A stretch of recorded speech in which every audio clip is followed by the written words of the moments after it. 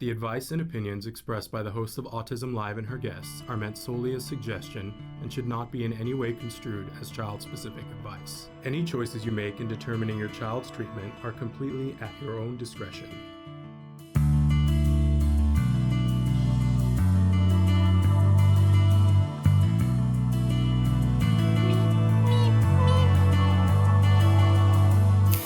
Good morning and welcome to Autism Live. I'm Shannon Penrod and I am coming to you. It is May 5th.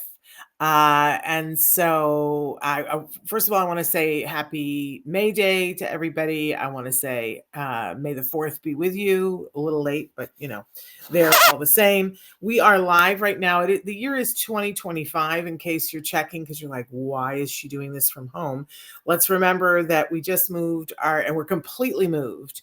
But it takes a while to get the studio set up. So you're still going to see me doing some shows from home, probably for most of May, because it takes a minute. But thrilled to be here, my friends. And I think we've got a topic that I hope will be of interest to everybody.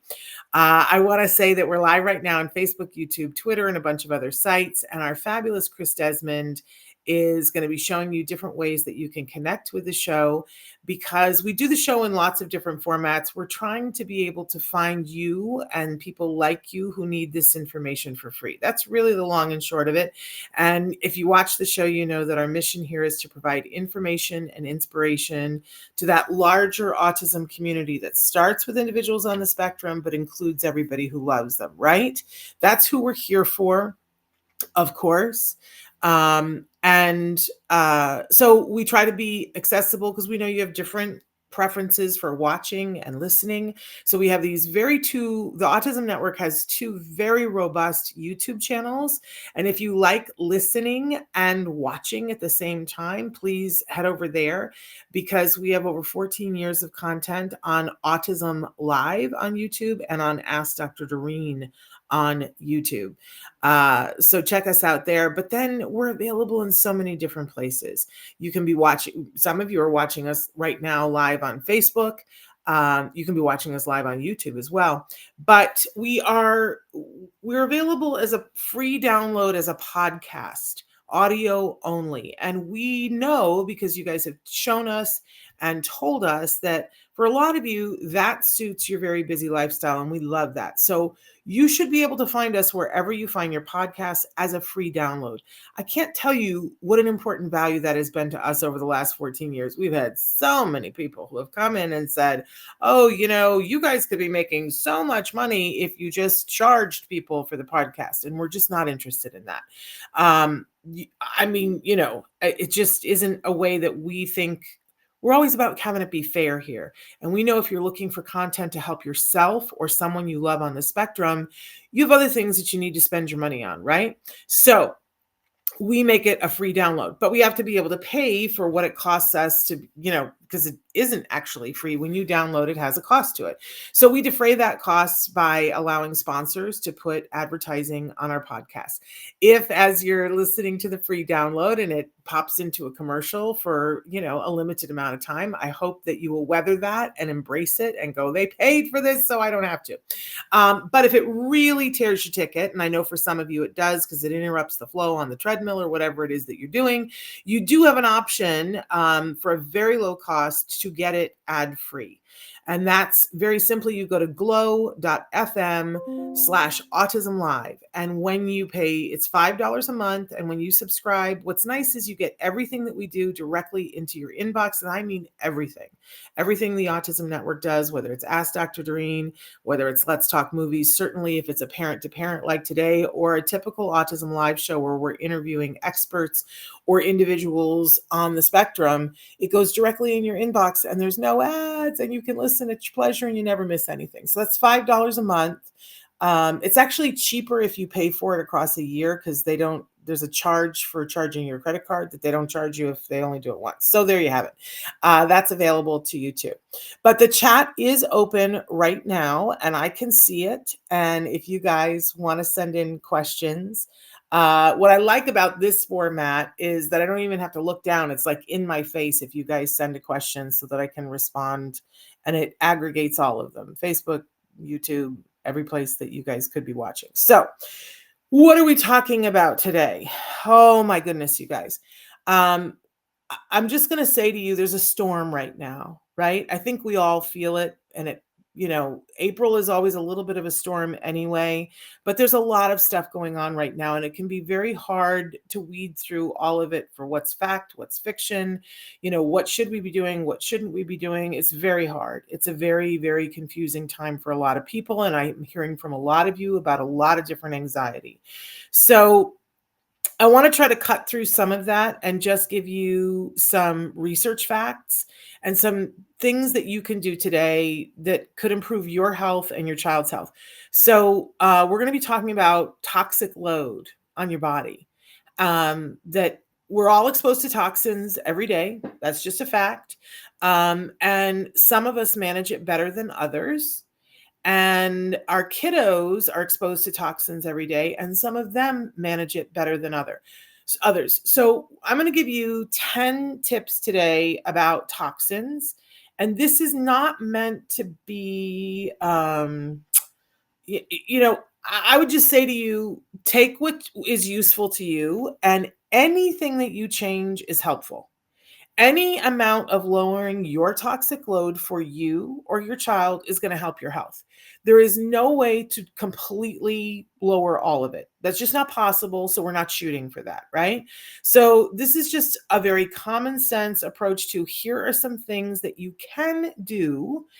I just want to encourage you not to make yourself crazy, because this is crazy making stuff. And I know there's a lot being said and there's a lot of emotions going on, but I want you to know that everything that I'm going to say is actually based in research that's already been done. And some of it is, been around for a while. It's not even, there's some stuff that's new, but there are a couple of things that are not new, that they have been around. But I know that marketing people don't address this, and really, a whole lot of people don't address this, but little inches, we can make ourselves better. Okay, so that's part of my disclaimer. I'm going to give several disclaimers throughout this, but the first thing is that this is about being as healthy as possible. This is not about accusations and who said this. I will tell you, part of what spurred this was that I listened to somebody well-meaning on a podcast the other day from our community, and I'm not going to say who because I just have so much love for them, but they said, they simply made a statement, and I get it. Everybody's mad because some things have been said and some feelings have been hurt, but they made a statement about, the science is all in, that toxicity and toxins have nothing to do with our children on the spectrum. And I want to be very clear that this is not a conversation about vaccines, not having that conversation, right?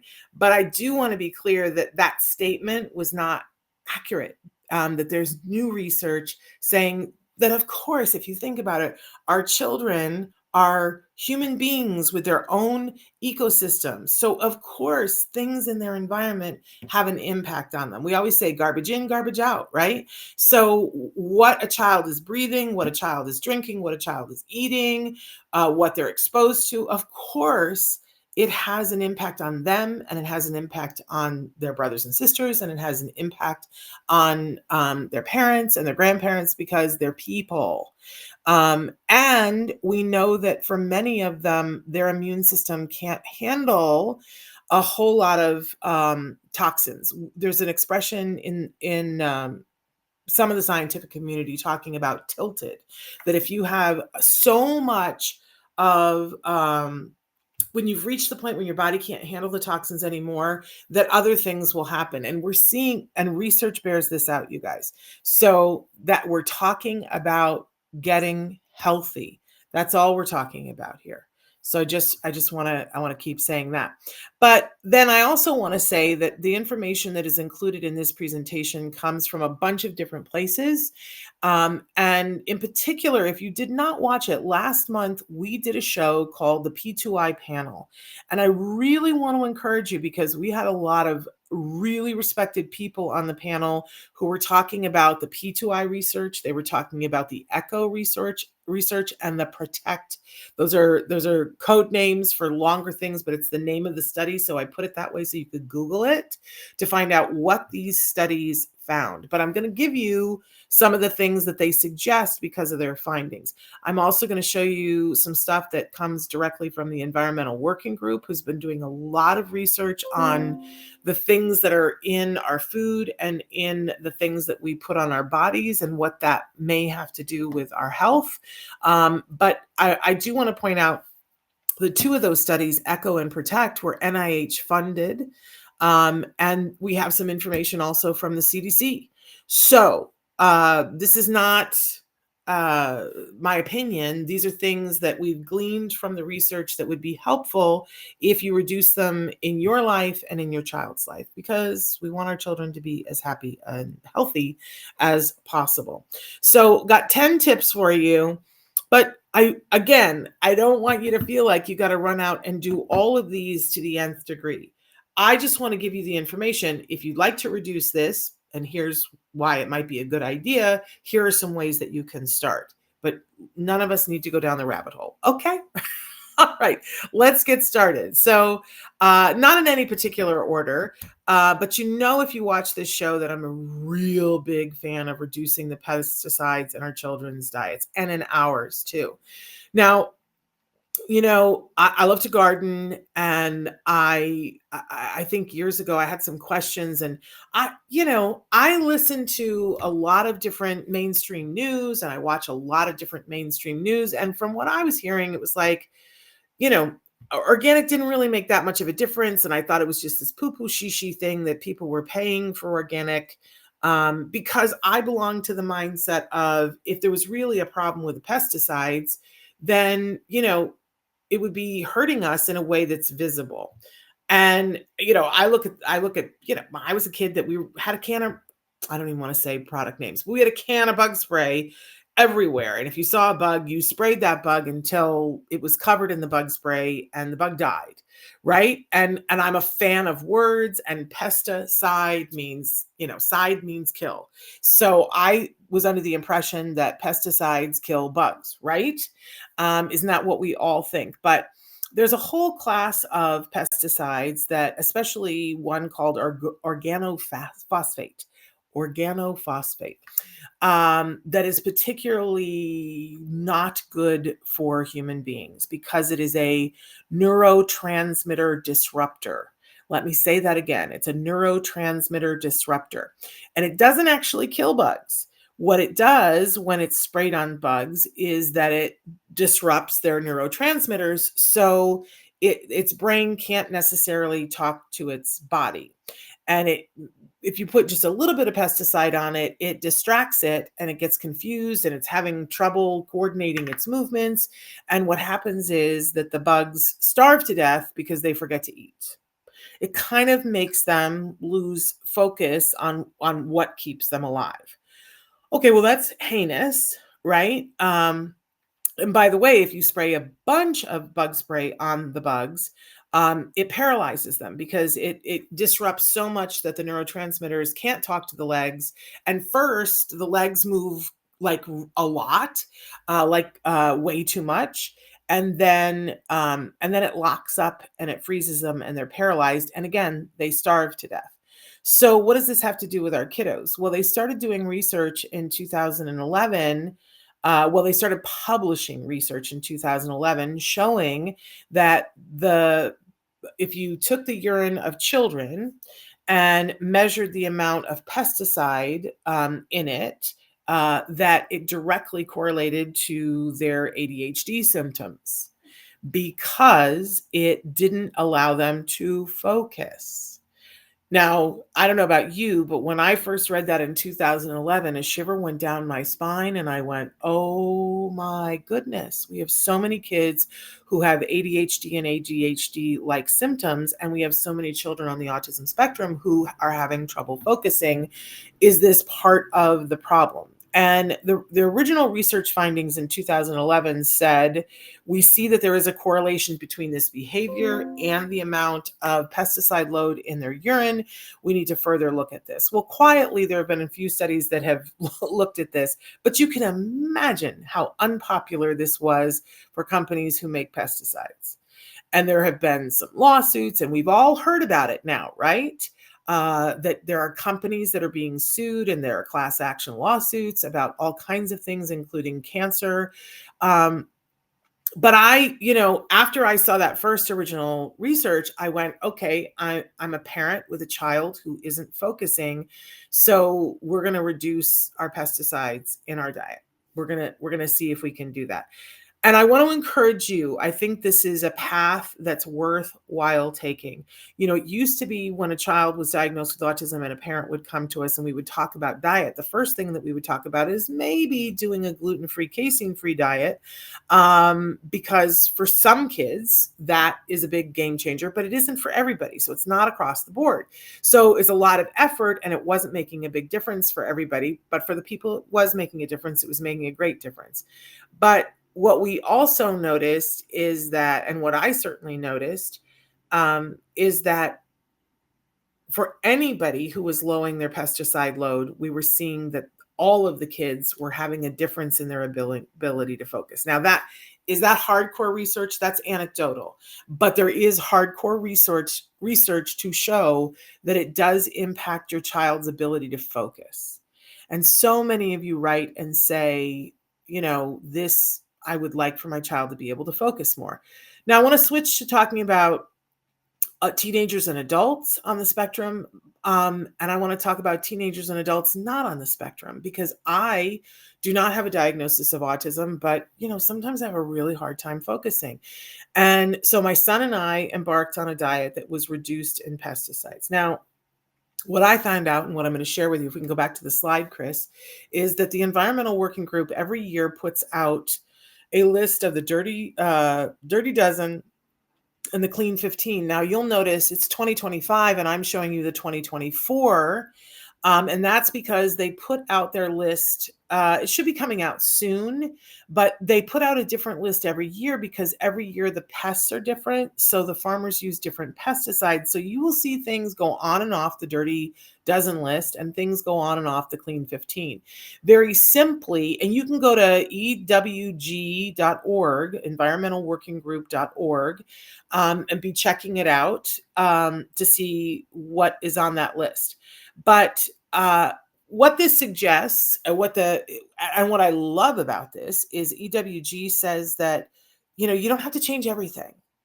In fact, there are many fruits and vegetables that you can buy them at the grocery store and buy the conventional, and the pesticide load on them is so low or not present at all. So it's fine, and you don't even have to buy the organic one. Take a look at that list. On the clean 15, they have carrots, sweet potatoes, mangoes, mushrooms, watermelon, cabbage, kiwi, honeydew melon, asparagus, which is interesting to me that asparagus is on there, sweet peas that are frozen, very important distinguishing thing, papaya, onions, pineapples, sweet corn, and avocados. I'll tell you something. There's another way that I can usually tell what's on the clean 15 and the dirty dozen, because when I go to the grocery store, the price between the conventional and the organic is minimal. It might be 10 cents, it might be 20 cents, right? It's not cost prohibitive to upgrade to the organic. So that's a clue for you that it probably isn't going to make that big of a difference in your child's diet. The other thing is that often, not always, but often, the thicker the peel something has, the less it needs to have a pesticide. I think the exception to that would be citrus, because sometimes they dump pesticides on citrus because there are pests. Okay. So if you're at a restaurant, if you are at a grocery store right now, according to this, you could buy all of those things that I just listed and just buy the conventional, and it's not a big deal. I have to be honest with you. I often go ahead and buy those things organic because the price point is so minuscule. And I want to send a message to the people who market stuff that, we're buying organic. And I want to send a message to the farmers that we want them to take the time to do organic. So, and it's a very minimal cost. So a lot of times I go ahead and buy organic for those things anyway. But let's take a look at the dirty dozen. These are the things that, given the choice, if you can buy them organic, you should. And if you can't, you should not eat them. And I know that when I say that, people are like, what? But the pesticides they're dirty. And there isn't a way to clean them enough to make it worthwhile to eat the non-conventional. So take a listen. What do your kids like? Strawberries. And think about how many things have strawberry flavoring in it. Oof, right? Needs to be organic. Spinach, kale, collard and mustard greens, grapes, peaches, pears, nectarines, apples, bell and hot peppers. They are a huge, huge source of pesticides, you guys. Cherries, which isn't always on the list, but was in 2024, blueberries, and green beans. I mean, except for the kale, collard, and mustard greens, this is kind of like the easier fruits and vegetables to feed our kids, right? So this is disheartening. But I have to be honest with you. I would encourage you, even when eating out in a restaurant, don't eat these things unless it says on the menu that they are organic. So what am I talking about? What is the difference? I know I tell this story and I don't know who believes me, but when we started making the change, and let's be clear here, we're talking about reducing pesticides. There is no way to eliminate. In today's world, you're never going to get rid of all of it. That's why everything you can do, every little amount that you can say, okay, I'm going to buy this organic, is going to make it that much better for you and your child. We saw not only a tremendous difference in my son, I saw a difference for me in my ability to focus. And it was life-changing. Just going to say that. I also want to say too, the food tasted better. And I think that was true for me and for my son. But it's expensive. It's expensive. And sometimes it means not getting something. Like right now, cherries are in season and I love cherries, but the organic ones aren't in yet. And when they come in, they're going to be expensive.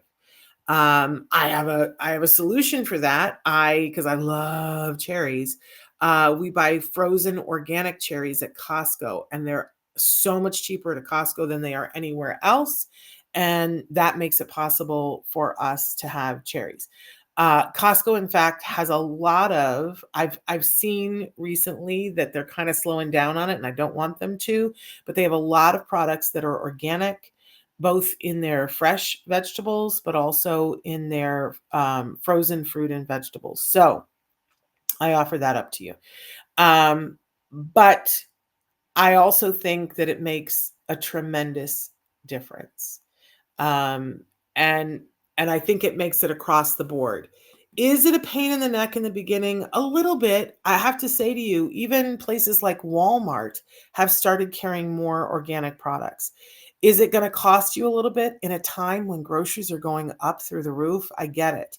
So one of the things that I encourage you to do is right now, if you have anything that you can plant into, I have a very small front yard and I am now running an organic farm in my front yard that my neighbors are like, have you lost your mind? But apparently I have, but it's so much fun for me. And kids love to garden, and it helps your child to be close to their food. To simply grow a couple of bean plants, it's just not that hard. They're pretty hardy, and you can grow them. And then it becomes important that you don't dump things on them, because there's no point in growing it organic if you're going to put pesticides on. And occasionally I had some pests, and I got me some ladybugs a couple of weeks ago, and they tore through the aphids.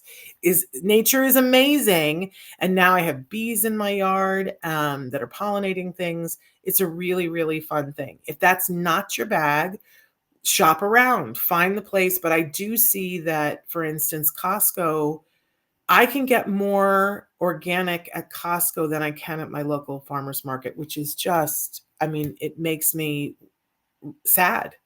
But there we have it. Okay, so reducing your child's pesticide load, and what's more, reducing it for you, huge, huge thing that you can do. And remember, it's not about being perfect. I can't tell you that I eat solely organic because I don't. But if I'm at a restaurant and I love peppers, oh my goodness, I love peppers. And I'm at a restaurant and I'm gonna eat, say, a fajita, which has a lot of peppers in it. If it doesn't say organic, I order something else. Because I have seen once, it's funny because you don't notice it, but once you get the pesticide lower, you will notice that you'll eat something in a restaurant and be like, ooh, I don't feel good. And it's because your body is saying, yeah, this is not good. This is not good. So anyway, reducing pesticides has been found to have a profound effect on your child's ability to pay attention. If that's not worth it to you, then don't, and we'll move on to something else. So let's move on to number 2. We want to reduce BPA. So this is bisphenols. And where we find them is in water bottles. Look, I have one right here. So I'm not walking my talk, but I'm looking at a filter. But anyway, they're in water bottles. They're in receipts, which I think is often as much of a problem as water bottles as other things. They're also in a wide variety of plastics. So let's think about our children. They used to be in baby bottles. So when you would get a plastic baby bottle and be feeding your baby, you would be giving them BPA. And research has been linked to BPA exposure to hormone disruption, reproductive issues, and developmental concerns. Let's all take a breath. There's a reason why we want to reduce this. So sometimes I drink out of a water bottle, but I'm trying to drink out of my glass water bottle that has a rubber sleeve on it whenever I possibly can. You guys have probably seen me drink out of that. And some days I don't have it enough together. Remember, this is not about making yourself crazy. It's about doing what you can. But the receipt thing, I think, is very important. If you have a receipt, and this is most receipts, that they're thermal, right? It's so you know how if you leave your receipt out on the dash of your car and 2 days later it's turned black, that's because it's coated with BPA. So one thing you can do today without disrupting your entire life is stop taking a receipt when somebody offers you the receipt, have them put it in the trash. Or if you must take it, put it someplace and then wash your hands. It's not enough to do the hand sanitizer. And I have to be honest, that one of the ingredients in some of the you remember when they took all the hand sanitizer off the shelves? It's because a lot of them had a chemical in it that was a hormone disruptor. So check your hand sanitizer. It won't get rid of the BPA. It'll just smear it around and coat it. So then you go to eat a French fry and now the French fry has it on it, right? And you're ingesting it. You for sure don't want to do that. So use good hand washing techniques whenever you are come into contact with receipts. And if you need to drink out of a water bottle, don't let it get hot. Because that activates the BPA as well. And they make lovely glass water bottles that come with this rubber sleeve so that it doesn't get broken, and you pop it in the dishwasher. And they're a little bit more expensive, but by the time you buy a case of the plastic bottles, you're going to break even on the water bottle on the second case. So we can lower that for ourselves and our children, and especially for so many of us women who are, it's like, what has gone on in the world that our hormones are, I know women of all age that are having issues with their hormones. Well, this is a known hormone disruptor. Is that something we want to put in our bodies? And is it something we want to put in our kids' body? Can we get completely away from it? No. but let's reduce whenever we can, protect ourselves whenever we can. And I have a friend who just won't touch a receipt. I'm not to that extreme, but if I ever touch a receipt, I make sure I wash my hands before I put makeup on or, eat something. Not good for you. Okay, let's move. I know. I can feel all of you going, oh my gosh.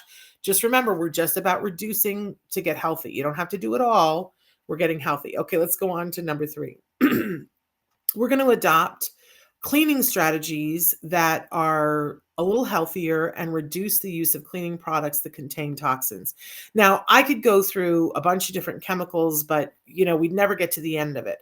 If you are curious about this and what kinds of things are in cleaning products, I encourage you to go to Environmental Working Group. So it's ewg.org. They rate everything from makeup to soap to different things to tell you what's in it. The big, big, big offender is if it says perfume, and we're going to talk about that in a second. If there's any kind of scent, usually that's a big, big toxin. So we want to reduce. And if we are using a cleaning product, like you might have a product that you just love, and I have a few that I just don't want to give up because they actually work. I love when people say, well, just a little baking soda and some lemon. Well, that's great for some things, but other things it's not, right?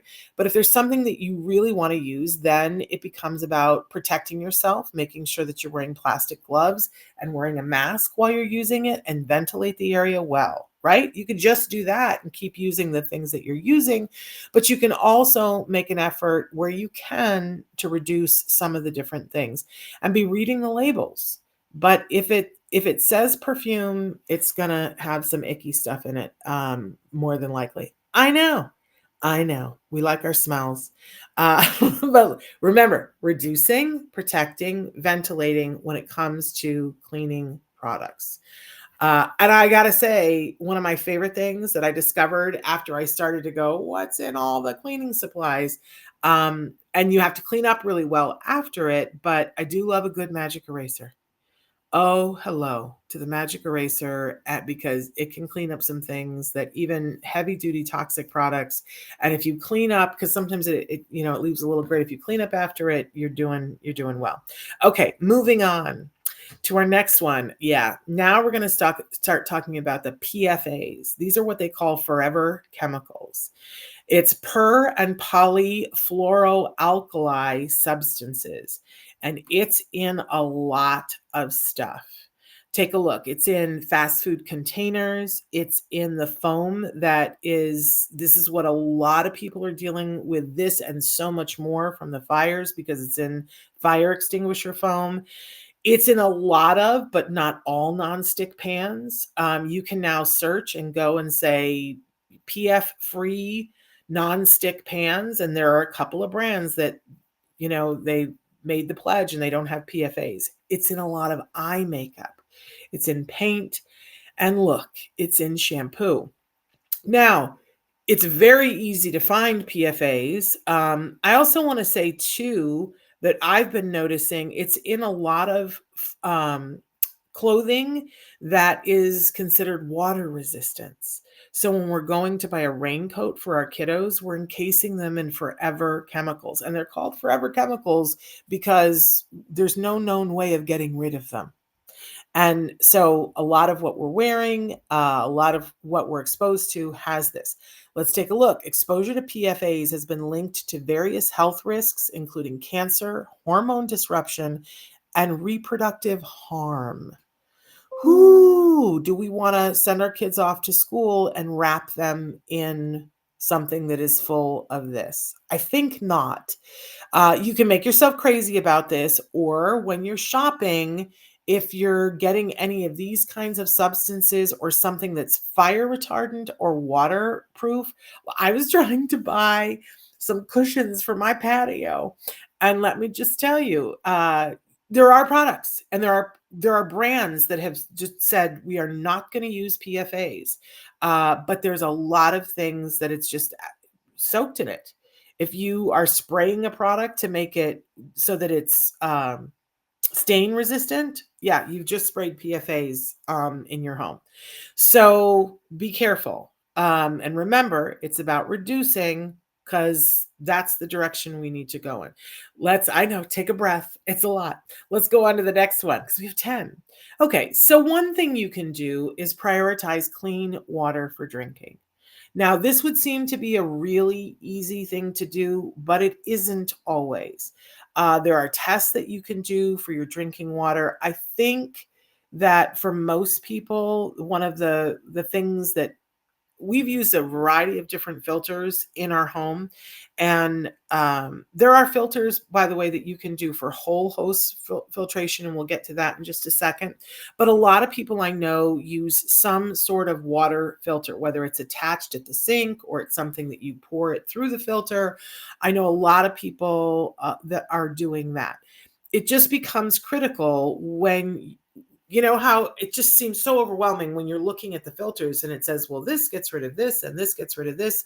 And it's very hard to find one that comprehensively gets rid of all the things that you want to get rid of. But hi Rosie, so thrilled that you're here. But one of the things that you want to make sure that there's no BP, that it's filtering for BPA and that it's filtering for PFAs. That's and then the third one, which we're going to talk about in a second, which is the phthalates. So if it is filtering for those things and heavy metals, you're kind of cooking with gas. So get yourself a good water filter. It's a little bit of money, but you can get just one of those pitcher ones, which are not as expensive. The key is to make sure that you change the filter on the timeline that they suggest. And a lot of them even have a thing where they'll send you a reminder, or there's a thing we used to have one that there was a plastic label is the word that I'm looking for, that you've got to mark, this is the month that we need to change this so that you wouldn't forget. We have a lot of things to remember. We don't want to be remembering that kind of stuff. But filter your water. It's worthwhile. If you live in a place that, we have some places where the municipal water is toxic.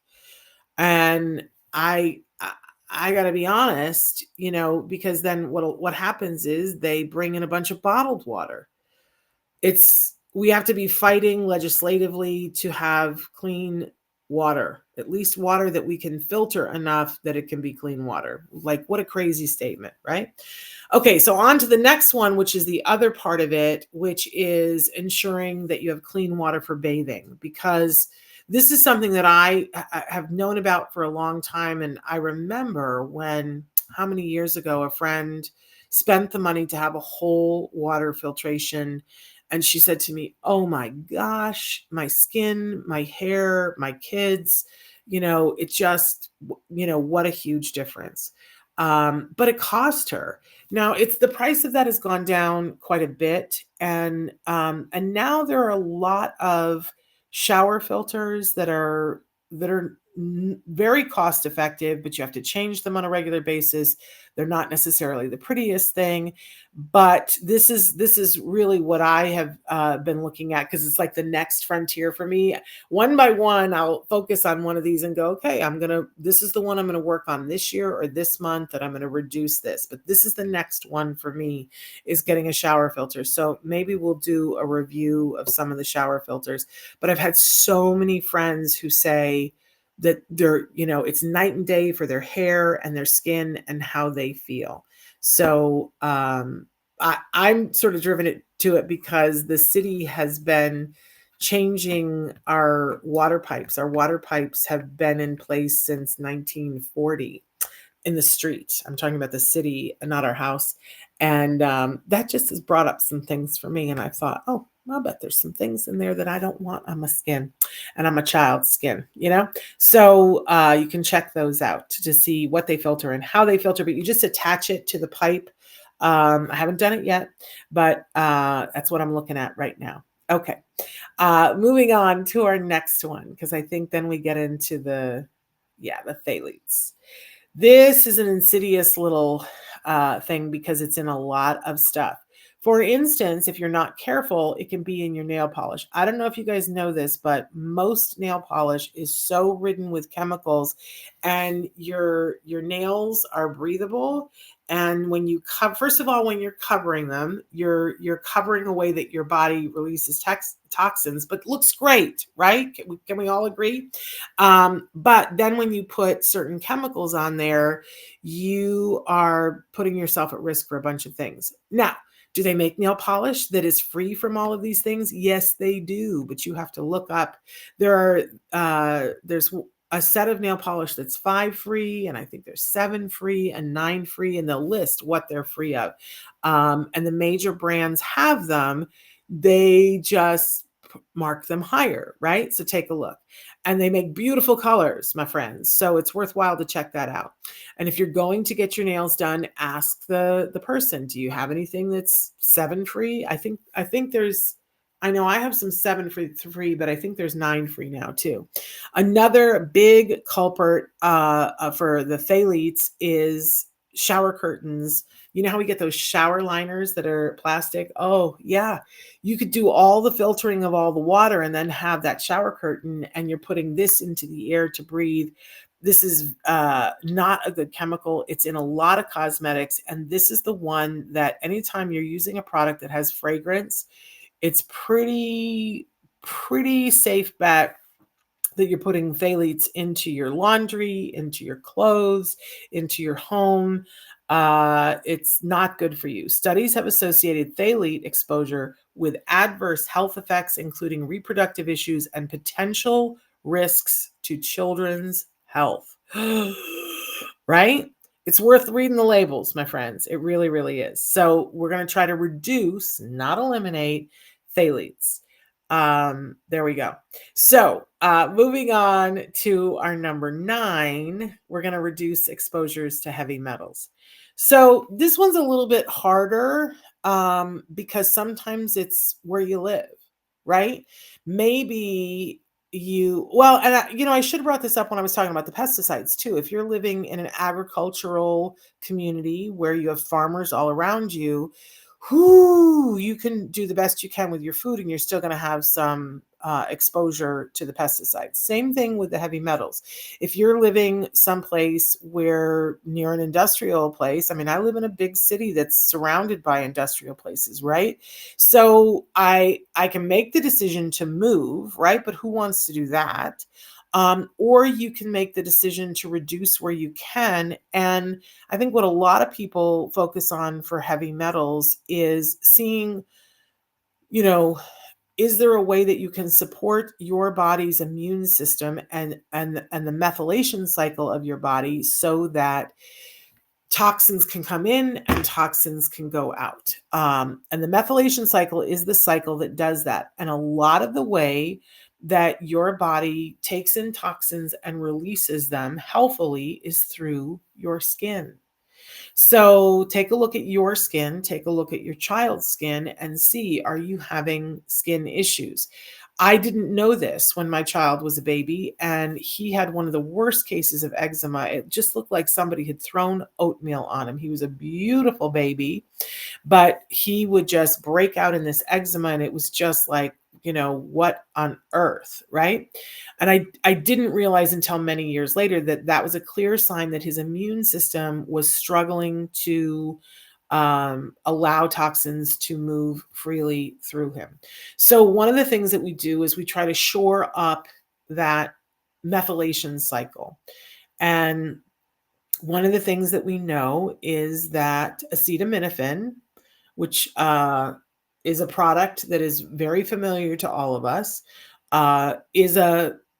it disrupts your methylation cycle. So a few years ago, they all but took all of the children's, for instance, Tylenol off the shelves because it isn't. Let's be honest, I still use Tylenol, but I use it sparingly. It isn't something that I use on a regular basis. But if I need it, I will use Tylenol. But if I can use something else, I avoid it. So there are all kinds of things that can disrupt your methylation cycle. That's just one of them. So that's when we get into really talking about what our next one is, which is getting tested. Because, oh, no, I'm sorry. That one's coming next. Well, let's put a pin in that and come back to that, because number 10 is reduce toxins in the sleep environment. Now, this is also a huge one that can be crazy making, but think about it. Your child is spending at least 1/3 of their life in their pajamas in their bed. Hopefully they're sleeping a good amount. So we want to make that as clean of an environment as possible. We want to make their room as clean of an environment and as free as toxins as we possibly can. And the what they sleep in, the pajamas that they sleep in, and the sheets that they sleep in, and even the mattress that they sleep in, we want to put a premium on making that as toxic free as possible. A lot of mattresses have fire retardants in them, as do pajamas, for very good reasons. If you ever see, like, there's style of pajamas, right? There's the loose fit style of pajamas, like, the frilly girls' nightgowns, for instance. Pretty much those have to have fire retardant in them, because there have been so many fires in homes where the child had, burns that they couldn't overcome over so many parts of their body. Because if you are wearing something flowy and fire comes, it gets between your fabric and your body and kind of just makes it that much worse. So they started putting fire retardant in the pajamas to save lives, and it did. But in the meantime, you're baking fire retardant into your child as they sweat in their bed every night. This is not a good alternative, but there's a great alternative to keep your child fire safe and to not have all these PFAs and chemicals all over them. And that's having organic cotton pajamas that are tight fitting. You've seen the type of pajamas that I'm talking about, that are they're tight fitting. There's no oxygen between. And I think for our kids, if we start young, it also helps squeeze them, which is like the effect that water has on. We don't want to cut off circulation, of course, but we want tight fitting. They usually come in two pieces, and sometimes there's a snap to hold them together, which helps kids to keep their hands out of their pants for poo smearing, right? These are all good things. Sometimes there's a zipper, right? But it's tight fitting so that oxygen can't get between. It's hard to make the footy ones tight fitting. Let me be clear about that. But the ones that have the ribbing at the bottom, and I love the look on kiddos when they're in those tight fitting jammies. It's a cute look for our kiddos. But organic cotton, tight fitting pajamas, that is the key for that. Then you're looking at sheets. There's a lot of different ratings right now for sheets that there are organizations that will certify to say that there aren't forever chemicals. So be looking for, they change. So I don't want to say that the individual settings, but you do your research depending on when you watch this, so that you know what is the current certification to keep sheets free of pesticides. I personally love my bamboo sheets, but and bamboo is supposed to be so wonderful because it doesn't have all the pesticides. However, the way they process bamboo to get it to the viscous to be able to make the sheets can have a bunch of PFAs in it, and so you have to be very careful that if you're getting bamboo sheets, they've got to be organic and they've got to be certified. Otherwise, you're paying extra to make sure that you're laying in sheets that are filled with all of this stuff, right? Then we talk about mattresses, because usually mattresses, they have to have something that makes them fire retardant. You can do that with chemicals, or you can do that with, for instance, wool. Wool is fire retardant. So when you're shopping for mattresses, whether it's for you or for your kiddo, you really have to do your research. It's one of the reasons why I did this a couple of years ago. This was my thing a couple of years ago, that I was going to make sure that both my son and my husband and I had mattresses that we were sleeping on that wasn't creating more problems. And it's a fair amount of research, but it's the reason why we're sleeping on plush beds, because they are all certified, and I'm loving it. Just loving it. It's one of the most comfortable beds. And I have to be honest that I won our bed in an auction for the Ed Astor Family Center, so that I got it at a discount and was giving to a wonderful charity. I did that at the Ed Asner Poker Tournament, which is coming up. If you're looking for a mattress and you want like the top of the line, non-toxic, I don't know, this is turning into a commercial for plush beds, but I just want you to know they usually auction a couple of them off at the Ed Asner Poker Tournament, which is coming up. So if you want a plush bed, get it at the Ed Asner Poker Tournament. You'll save money and you'll help make sure that people have access to healthcare, mental health care, and to projects and job building skills. So it did turn into a commercial. And I do love my plush bed, can I just say. So, but all of this takes a certain amount of research, and then I guess it was number 11, which is the get tested. So I do think that some of it is just, of course, we're going to reduce it and see how we do. But when we get into the heavy metals discussion, I think that it's worthwhile to get tested. And there are some tests that you could just do with your regular doctor, that you could say to your regular doctor, I have a dear, dear friend who was having some health concerns, and she got tested, and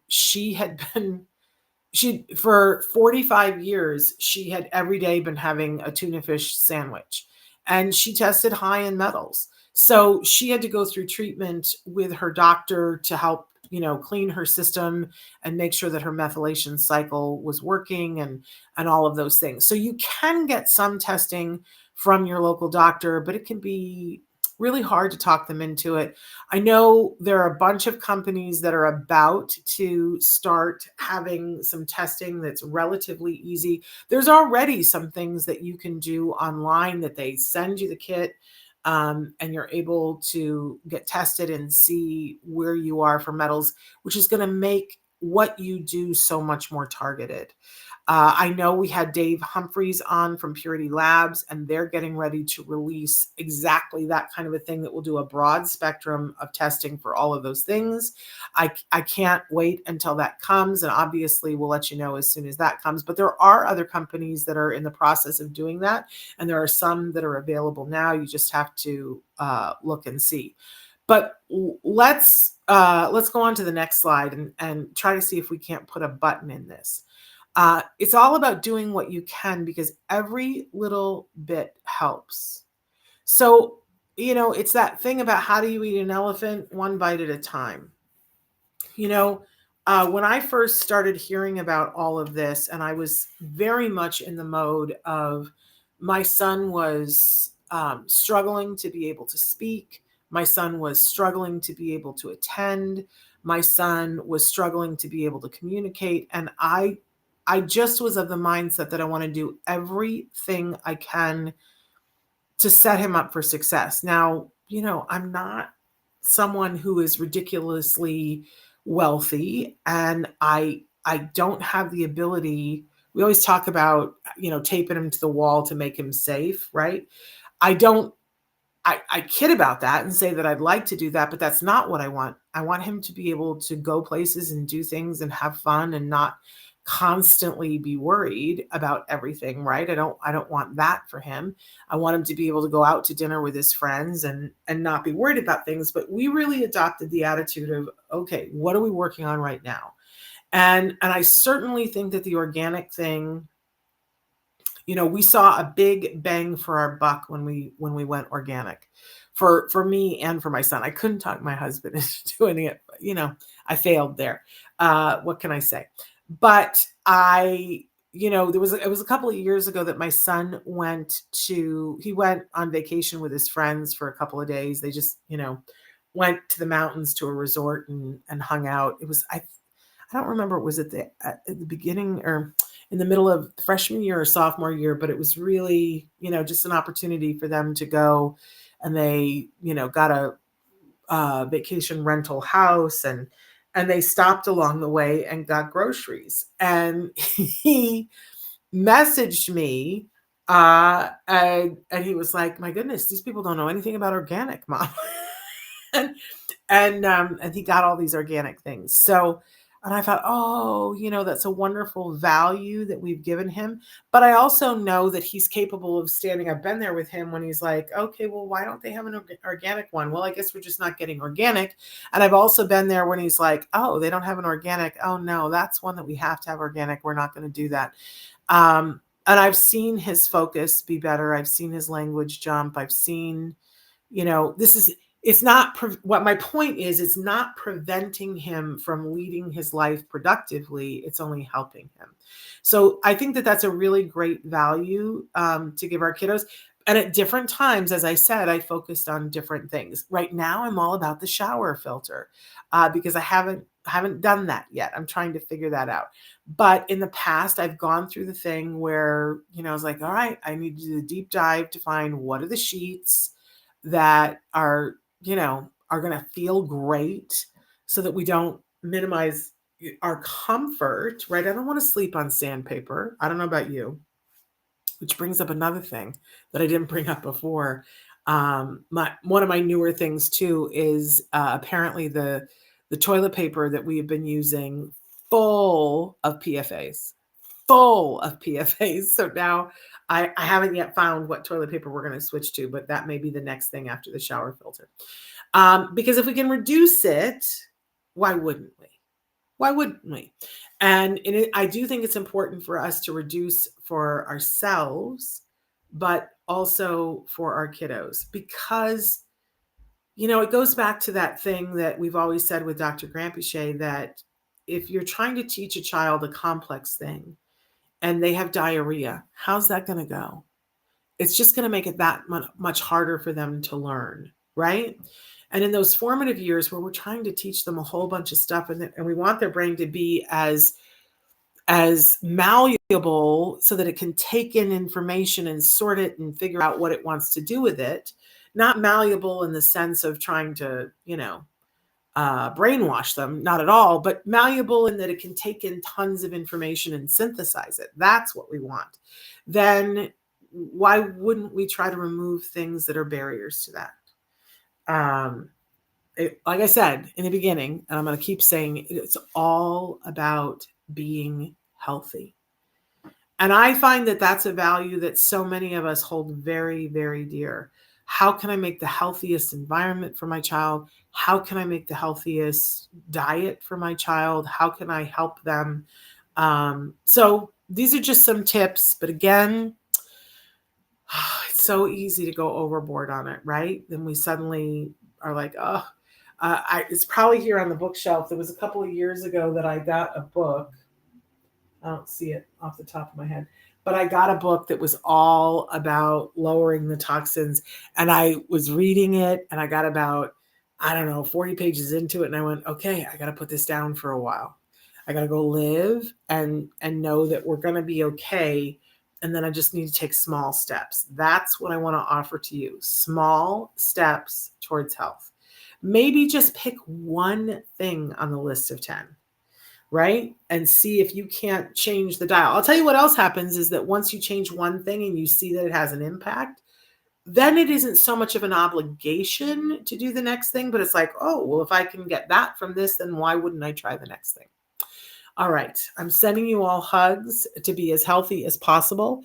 I want to tell you that tomorrow for Ask Dr. Doreen, we are talking about diagnosis, about what a diagnosis means, when to get a diagnosis, what the numbers mean, what's the difference between being diagnosed when you're 3 and being diagnosed at 33, and what are the things that are useful to take to get to better help. Even if your child was diagnosed, let's say 10 years ago, what information does that diagnostic material give you to be able to make the most progress right now? What does it tell you about you or your child? And how can that be helpful for you? We're also going to talk a little bit about the fact that right now here in the United States, as you heard if you were listening to Dr. Grandin last week when she was on the show, it's her number one concern right now that there are so many children waiting for a diagnosis in key years where if they had help and support, we could really move the dial on this, but they're waiting to get the diagnosis and not having access to treatments. So we'll ask Dr. Grampiche about that. If you have questions about diagnosis or about anything else, feel the very freest to, you can write to me. My email is shannon@autism-live.com. You know, I always prepare questions before for Ask Dr. Doreen, but you can also always write in during the show. We love to take live questions. So that's our show for today. I thank you for sticking with us as we go through this move. It won't be long now, and then we will be back in a studio doing all kinds of things. We're going to keep doing shows though throughout May, so don't go anywhere. We're still here. We're still kicking. All right, my friends. I appreciate all of you. It's a privilege to be here with you. And I will see you tomorrow. But until then, give your kiddos a hug from me and one for you too. Bye-bye for now.